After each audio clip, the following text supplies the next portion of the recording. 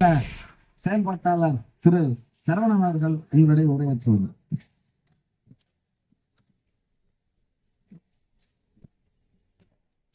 கருவேப்பலங்குறிச்சி பேருந்து நிலையத்தின் அருகே இங்கே ஒரு ஆர்ப்பாட்டம் நடந்து கொண்டிருக்கிறது. இங்க இருக்கிறது ஒரு 20 பேர் 30 பேர் தான் அப்படின்னு எளிமையா யாரும் யோசிச்சிடக்கூடாது. தோழர் சுரேஷ் பேசும்போது இப்ப இருக்கக்கூடிய திமுக அரசுக்கு எதிர்கட்சியே இல்லாத ஒரு சூழல் இருக்கு அப்படின்னாரு. திமுக அரசுக்கு எதிர்கட்சி மக்கள் தான். நீங்க நேர்மையா ஆட்சி செஞ்சா, மக்களுடைய உரிமைகளை பறிக்காம ஆட்சி செஞ்சா மக்கள் உங்க பக்கம் நிற்பாங்க. மக்களை அலைகழிச்சா உங்களுக்கு எதிர்கட்சி மக்கள் தான். இது 2026 சட்டமன்ற தேர்தலில் உங்களுக்கு புரியும். இன்னைக்கு புரியல. நம்ம கொள்ளையடிக்கிறதுக்கு எங்களுடைய எம்எல்ஏக்கள், மாவட்ட செயலாளர்கள், எம்பிக்கள், எங்களுடைய ஒன்றிய செயலாளர்கள் இவங்கெல்லாம் ஏழைகளா இருக்காங்க. அதனால அவங்களெல்லாம் பணக்காரர்களா மாற்றுவதற்காக தேர்தலை தள்ளி போடுறோம் அப்படின்ற முடிவுல திமுக இருந்ததுன்னா ஒரு பெரிய அடி அடுத்து வருகின்ற சட்டமன்ற தேர்தலில் நடக்கும்.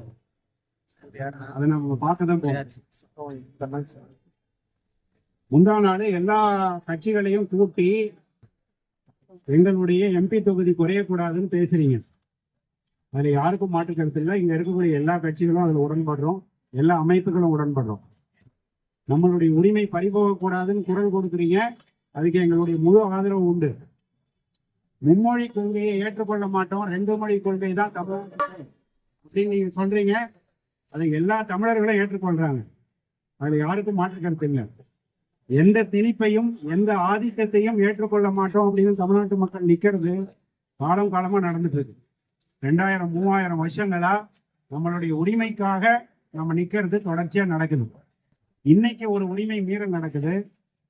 பஞ்சாயத்து மக்கள், கிராம மக்கள் அப்படின்னா கிள்ளிக்கீரைன்னு நீங்க நினைக்கிறீங்க.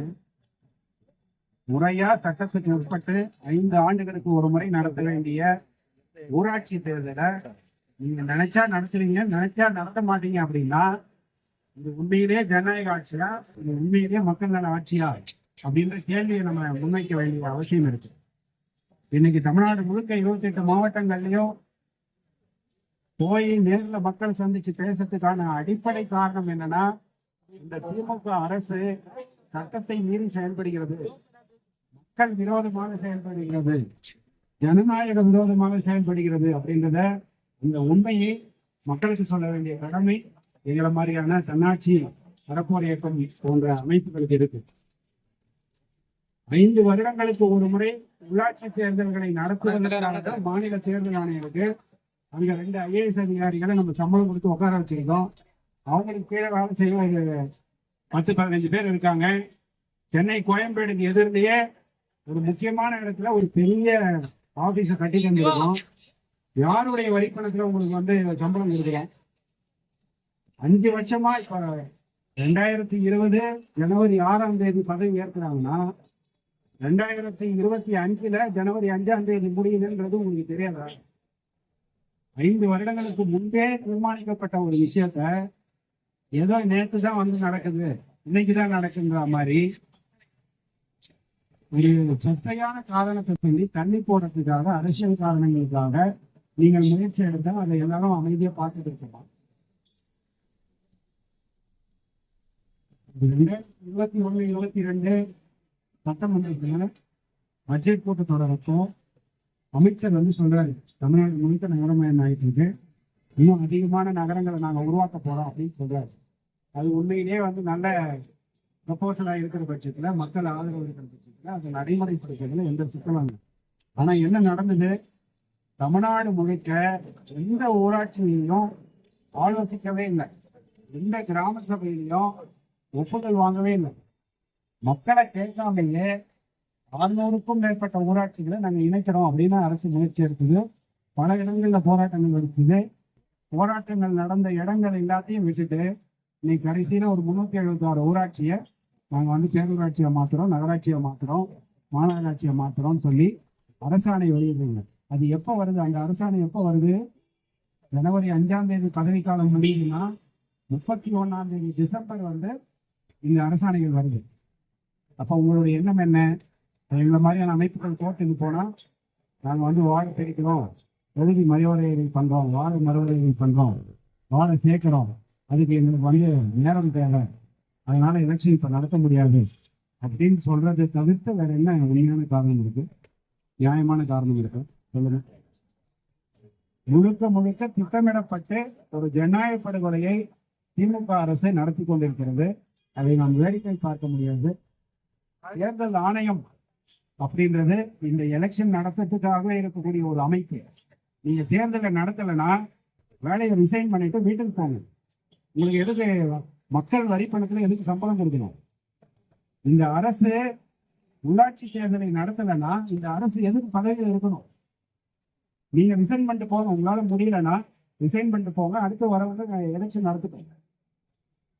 ஒரு அரசியல் உறுதி இல்லாம கிராமப்புற மக்கள் என்ன கேள்வி கேட்க போறாங்க, யார் என்ன கேட்க போறாங்க அப்படின்ற ஒரு ஆணவத்தோட இருக்கக்கூடிய அரசு கண்டிப்பா அழிவை நோக்கி செல்லும் என்பதுல மாற்று கருத்து இல்லை. வள்ளலார் இருந்த ஏரியா இந்த பகுதியில இருந்து பேசுறோம். நம்ம எந்த அரசு கடுமையா இருக்கோ, எந்த அரசு மக்கள் விரோதமா இருக்கோ அந்த அரசு நடுங்கி ஒழியும் அப்படின்னு வள்ளலார் சொல்லியிருக்காரு. அந்த விஷயத்தை திமுக ஞாபகம் வச்சுக்கணும். மக்கள் விரோதமா மக்களுடைய உரிமைகளை பறிக்கிற மாதிரி நடந்தா அதுக்கான அழிவு காலம் நிச்சயம் கூடிய விரைவில் இருக்கு அப்படின்றத நம்ம வலியுறுத்தி செல்ல வேண்டிய அவசியம் இருக்கு. இந்த 5 ஆண்டு காலத்துக்குள்ள நடத்த வேண்டிய தேர்தலை அந்த பதவி காலம் முடிஞ்சு இன்னும் 2 மாசம் ஆகியும் கூட நடத்தாம இருக்கக்கூடிய அரசு இனிமேலாவது முயற்சித்து உடனடியாக தேர்தல் நடத்துறதுல கவனம் செலுத்தணும். எம்எல்ஏக்கள் பதவி காலியாச்சுன்னா உடனே தேர்தல் நடத்தப்படுது. எம்பி பதவிகள் காலியாச்சுன்னா உடனே தேர்தல் நடத்தப்படுது. பஞ்சாயத்து தலைவர்கள்லாம் உங்களுக்கு தில்லைக்கீரையா இருக்காங்களா? வார்டு உறுப்பினர்கள்லாம் உங்களுக்கு தில்லைக்கீரையா இருக்காங்களா? எந்த சட்டத்துல முதலமைச்சர் இல்லைன்னா பரவாயில்ல, நாங்க தலைமைச் செயலாளரை வச்சு ஆட்சி நடத்துகிறோம்னு ஏதாவது சட்டம் இருக்கா இந்தியால? எம்பிக்கள் இல்லைன்னா பரவாயில்ல, பிரைம் மினிஸ்டர் இல்லைன்னா பரவாயில்ல, நாங்க செக்ரட்டரியை வச்சு ஆட்சி நடத்துகிறோம் ஏதாவது சட்டம் இருக்கா? ஆனா தமிழ்நாடு பஞ்சாயத்து சட்டம் தலைவர்கள் இல்லைனாலும் பரவாயில்ல, நாங்க ஸ்பெஷல் ஆபீசர் பேர்ல பிடிஓக்களை வச்சு ஆட்சி நடத்துறோம் அப்படின்னு ஒரு சட்டத்தை வச்சிருக்கீங்க. இது ஜனநாயக விரோதமான சட்டம். இந்த சட்டத்தையே இந்த சட்டத்தையே மாற்ற வேண்டிய தேவை இருக்கு. இதுக்கும் நம்ம போராட்டத்தை முன்னெடுக்கவே இல்லையே, தேவை இருக்கு. எனவே உடனடியாக 28 மாவட்டங்கள்ல ஊரக உள்ளாட்சி தேர்தலை நடத்தி ஆகணும். அது வரைக்கும் எங்களை மாதிரியான அமைப்புகள் ஓய மாட்டோம். இது நடத்துவோம், தேர்தலை நடத்துவோம், நம் கோரிக்கைகளை வென்றிருப்போம் என்று கூறி வாய்ப்புக்கு நன்றி கூறி விடுகிறேன். நன்றி.